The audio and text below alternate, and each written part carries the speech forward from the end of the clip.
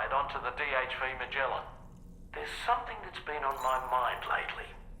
You had a run-in with some mysterious mechanized assailants while searching for tomorrow, right?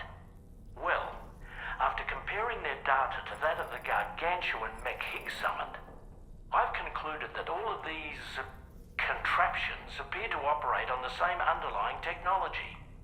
None of them have been fitted with remote operation modules, nor are they capable of autonomous function. They're not robots, in other words. The bloody things don't even have drivetrains or core units. They're almost like puppets with no strings. They don't require chiral network coverage to function either. Though I'll be damned if I know how that's possible. It's almost as if they're spirit-driven machines. Ghost mechs, to give them a name. I'd say it's a safe bet that there are more of these things out there. So to ensure that you're prepared to face them, we've added a Ghost Mech archive to the VR Weapons and Combat Training program. Access it to check out the data we've collected regarding these mechs so far. Anyway, next up you'll be disembarking to go and connect Hartman's research facility to the network. He's an old mate of yours, I understand. Once you've made your preparations, access the Dowser's delivery terminal to get underway.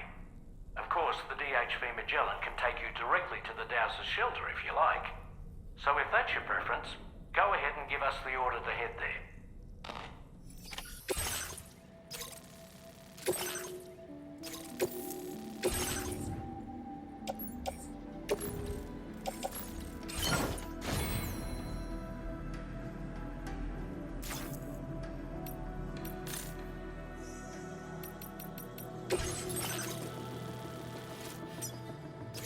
Commencing route creation. Delivery route finalized. Order accepted. Thank you.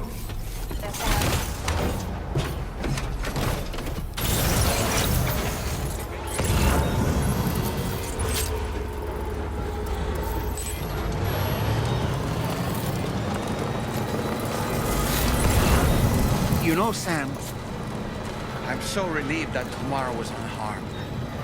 She must have been terribly nervous, trying to brave an unfamiliar world. She's safe now, thanks to you, Sam. And now we have to show the girl that we're equipped to take care of her. That the DHV Magellan is a place she shouldn't be afraid to return to. A place that she can call home. Gotcha.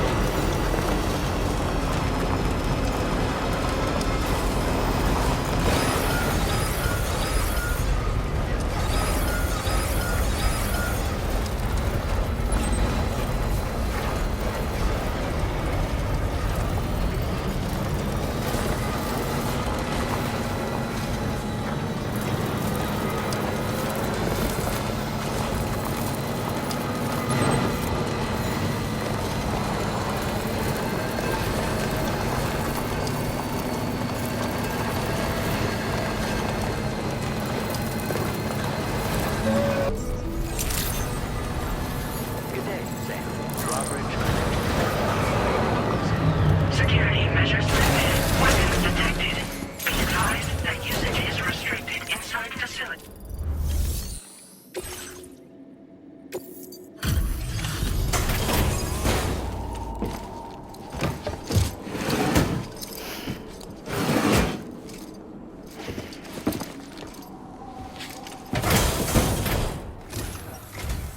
Thank you for your service. Proceeding to order confirmation. The condition of this cargo is above average.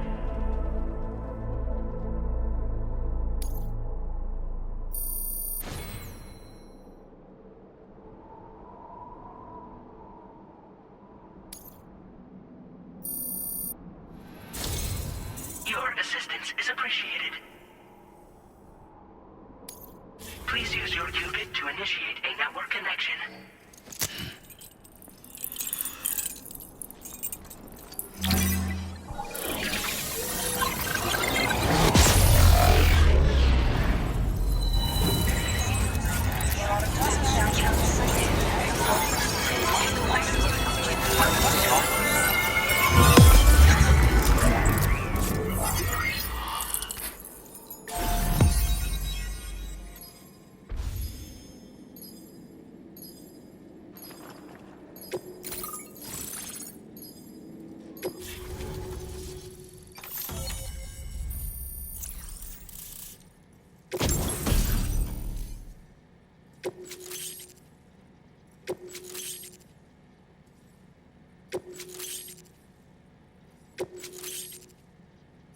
Now displaying your current porter grade.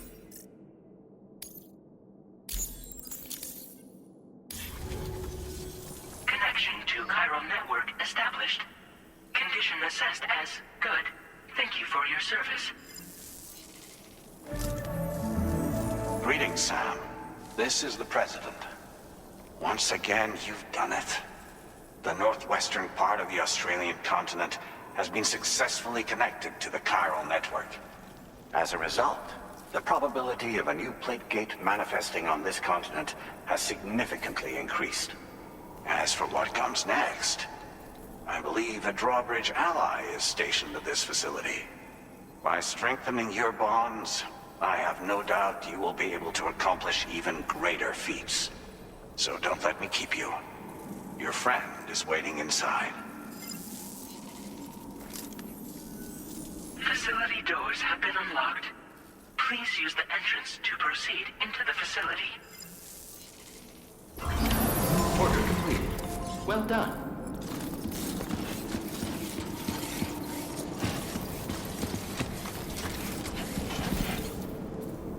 Drawbridge credentials verified.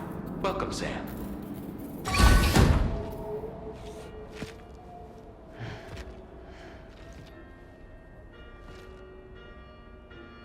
Please proceed inside.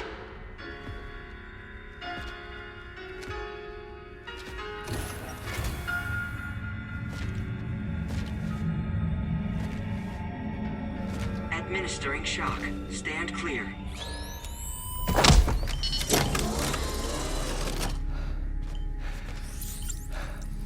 Upper Beach reference frame confirmed. UB coordinates are L 47.37, B plus 6.32.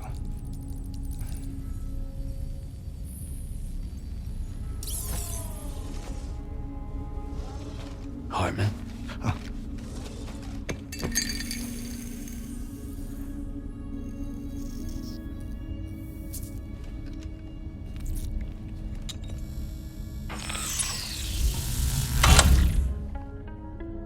You're looking well, Sam. Thank you for coming. Oh. It's been a while. Ticker still holding up? Thanks to this support unit, I can flatline anytime, anywhere, without worry. No need for beds and the like either. I can sleep standing up. Not bad, eh?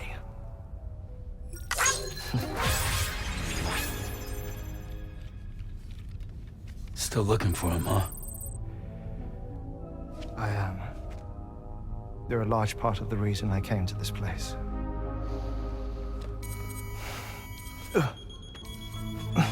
You okay?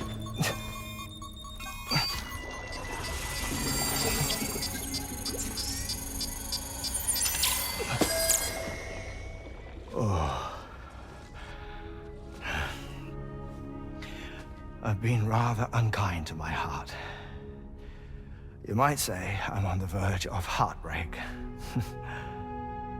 Still, it's a small price to pay for mapping the beach. And now that my work here is complete, I can accompany you all on your journey. Oh, we undertook the beach mapping program to help determine the most efficient strategy for linking up Australia. While near death, I traversed the beach and provided location data to APAS, which it used to build a database. Oh, APAS was my partner in this, you see. I also collected water samples from the various beaches I visited, which I duly deposited in the form of my own tears. Apparently, the water somehow circulates between them and the world of the living. The samples were required to study the phenomenon. Huh. This is the first I've heard of it. I didn't think this was your field. Oh, it isn't. Far from it. I collected the samples for the benefit of a collaborator.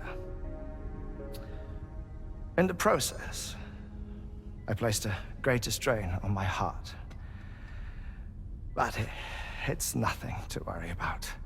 Like it or not, they all wear out, sooner or later. You sure you're okay?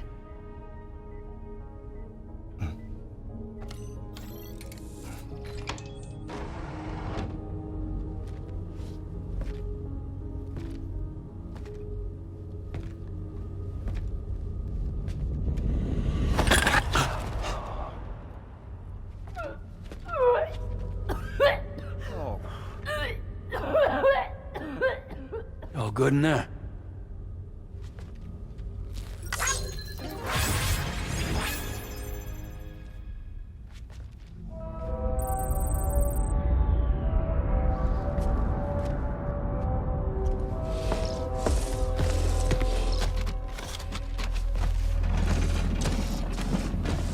Is that all you're gonna take? Yes. Everything I need is already stowed on the DHV Magellan. This here is my insurance. Well then, shall we go to the DHV Magellan?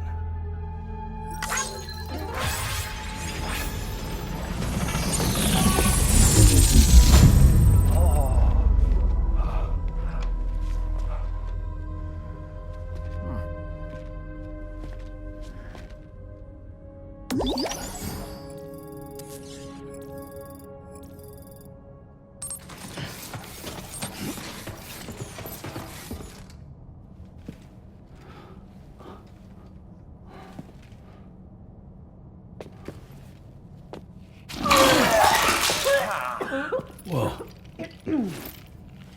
Please take good care of him, okay?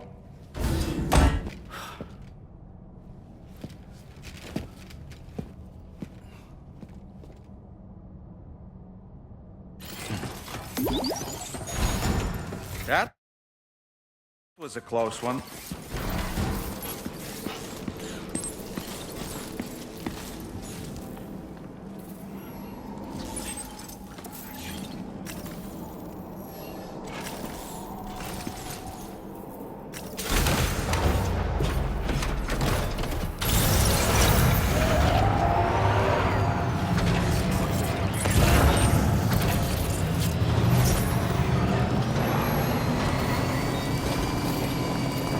Disengaging weapons restrictions. Take care, Sam.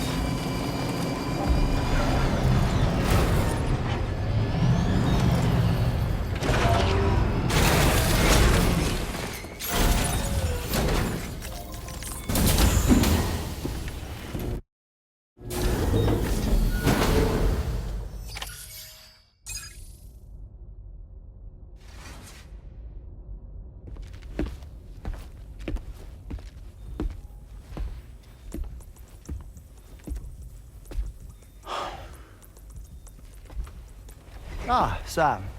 You're the last to arrive. And now we're all here. Let's get to it.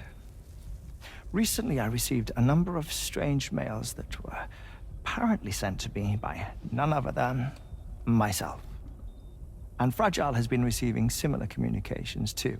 Isn't that right? Yeah, I got a few about Lou's records. It goes without saying, I did not, in fact, send them. It's all very distressing and gave me palpitations. An especially concerning mail reached me not long ago. Attached were some highly sensitive UCA documents on BBs and chiral communications technology, including classified records of the BBs who were sacrificed to build the foundation of the chiral network. These extraordinary children were the catalyst required for the network to route data through the beach. They served as a bridge between the beach and our world, hence the Bridge Baby moniker. They were originally intended for the sole purpose of sustaining the chiral network. I'd like to discuss the implications of these records in my possession, but before that, I can tell you how Bridge Babies were developed in more detail, if you wish. R&D commenced shortly after the Death Stranding was first observed. The inciting incident having occurred during the performance of a cesarean section to save the child of a brain-dead mother. But perhaps the rest should be explained by someone who remembers the period. If you're willing to indulge me. I can't speak with any authority, but if you insist. When the obstetrician touched the fetus during the procedure, it's said they glimpsed the beach. Subsequent research revealed that the unborn children and still mothers possessed a special connection to the place. While communications utilizing the beach had been theorized, the framework was incomplete. These children proved to be the missing link. Afterwards, development of the chiral network began in earnest, or so I'm told. Wait, I have a question. By all means. What about when I was putting Mexico on the grid? Or my work in Australia? Have I been condemning kids this whole time? Worry not, Sam. The new Cupid model does not require a human catalyst. You can be assured of that. Bridget was president when this all began, and she wouldn't permit women to be deliberately rendered brain-dead in order to produce BBs. But the Bridges researchers were not deterred, and they pressed on with their plan in spite of the president's misgivings. To secure test subjects, it seems Bridges smuggled pregnant women into the country from Mexico, among other places. Consequently, they were able to produce the BBs needed to make the chiral network a reality. And 4 years ago, the first Bridges expedition embarked on their journey. This is what I received from the sacrificial BBs. Including backups, a total of 10 units were prepped for integration, but only 9 were used to lay the foundations of the North American network. I attempted to ascertain the whereabouts of the 10th, to no avail. But as drawbridge, we should have a higher security clearance than me personally. Just to be prudent, would you mind running a search? As Deadman determined, there was another BB-28 that existed before Lou, which was decommissioned. Fragile later discovered that, 4 years ago, Lou was assigned BB-28 serial number, and for reasons unknown, placed into storage. Now, the first expedition also set off 4 years ago, and they could surely have made use of another functional BB unit, yet again, for reasons unknown, Lou remained in storage. So did they have other plans for Lou? Was Lou deemed unsuitable for sacrifice? Or was Lou excluded from the mission for some other reason? Like what? Cardiac arrest imminent. 30 seconds remaining. Not finding anything here. All the official records claim BB-28 was decommissioned. That's it. There's also nothing to suggest a connection between the missing BB and Lou. Still, we know for a fact that they played a part in the first BB experiments. So we have to ask the question, did Lou play one too? 3, 2, 1.